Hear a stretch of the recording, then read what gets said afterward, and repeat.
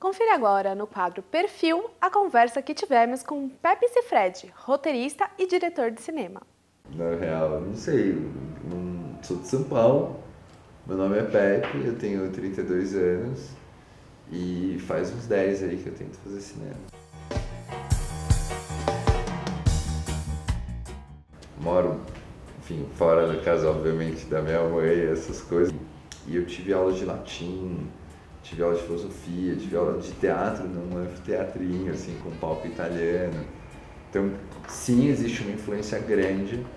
Meu irmão escreve, sim, ele é jornalista também.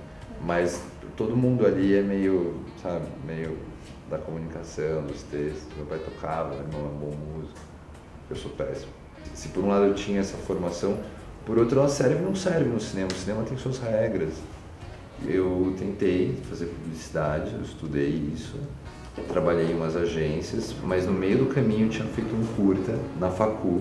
Eu fiz teatro e eu tentei esse negócio de, não exatamente ficar na frente da câmera, mas uma coisa de descoberta, de se relacionar com os textos. Eles não conseguem fazer cinema, mas você consegue fazer teatro no cinema. É um mercado que te dá uma sensação, né? Você está sempre correndo atrás da sua ideia, uma ideia muito própria.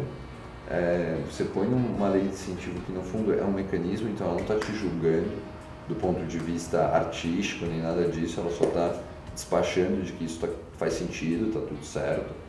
Só que aí você tem que aplicar isso para marcas que raciocinam, né? Submeter, sugerir que raciocinam de uma forma, a distribuidoras que raciocinam de uma outra, sendo que no fundo o importante é o público. Mas o roteirista, como que ele recebe? Eu sei que ele vai receber depois, mas eu quero dizer, ele tem contas por mês, ele tem às vezes um filho, entendeu? E às vezes ele quer ir para Honolulu, vai saber. Como que esse maluco, ou como que o cara que é o dono da produtora, que quer um roteirista bacana e ele sabe que ele custa uma grana, aonde que ele vai buscar esse dinheiro? E aí você me diz, tem umas linhas de financiamento público para roteiro. Tem, mas são poucas e eu acho que é esse o mecanismo que vai destravar de uma vez a produção. O ponto é que eu acho que ainda é um mercado que está se entendendo, né, que teve um avanço técnico grande devido a essa galera de publicidade. O Fernando Meirelles, por exemplo, que é o Cidade de Deus, né, ele foi um momento ali da produção brasileira que você olha e fala, nossa, gringo o filme. Eu não vim fazer filmes para fazer uma pastelaria, para fazer qualquer filme, porque eu preciso pagar uma conta. O cinema é um negócio muito sério e inclusive são leis de incentivo e ainda mais não é fácil. Eu vou até a Zona Sul conhecer aquele tiozinho que carrega todas as bolas e roupinhas de um time de futebol que ele fez o campo para os meninos da quebrada, porque não tinha. Então, nesse sentido, o documentário ele tem um caráter muito interessante. Eu não sou exatamente alguém que se interessa, esse é o ponto, sabe? Eu me interesso pelos fenômenos. A Ioane veio ao Brasil. Ela, na verdade, contextualizando, Cuba muda sua lei migratória em 2013. Nesse momento, todo e qualquer habitante da ilha pode sair sem uma permissão do governo. A Ioane pegou o avião e decidiu vir para o Brasil. Não quis ir para Miami, não quis, entendeu? Ir para nenhum desses lugares do imperialismo maluco, veio para o Brasil. E ela foi para Jequié, na Bahia.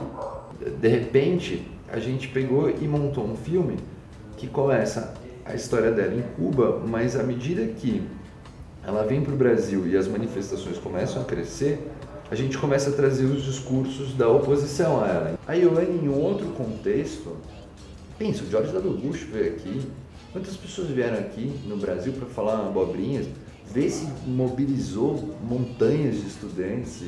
Não que a Ioane tenha mobilizado tantos assim, mas ela é uma blogueira, gente, cubana.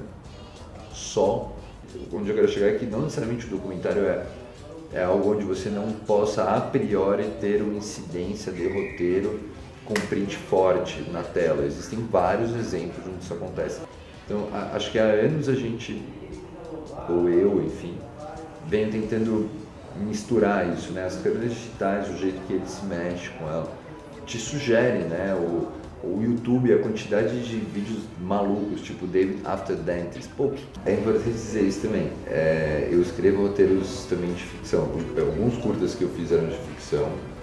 E eu estou escrevendo meu segundo longa.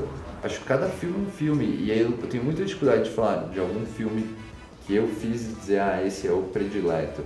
Com certeza, um cineasta, um artista é alguém que tem que produzir e tem que deixar alguma coisa, seja boa, ruim, média. Acho que ninguém, pelo menos eu, nunca sonhei do tipo, putz, eu quero grandes críticas no jornal. Eu sempre sonhei um dia sentar ali e ver grande na tela do cinema. E nesse sentido, o roteirista ele é um cara frustrado, né? Porque ninguém senta ali para ler roteiro. Confira no próximo bloco as obras do artista catalão Juan Miró, expostas no Instituto Tomi Otaki. E uma matéria sobre o campeonato de cubo mágico. Não saia daí! A gente volta já já.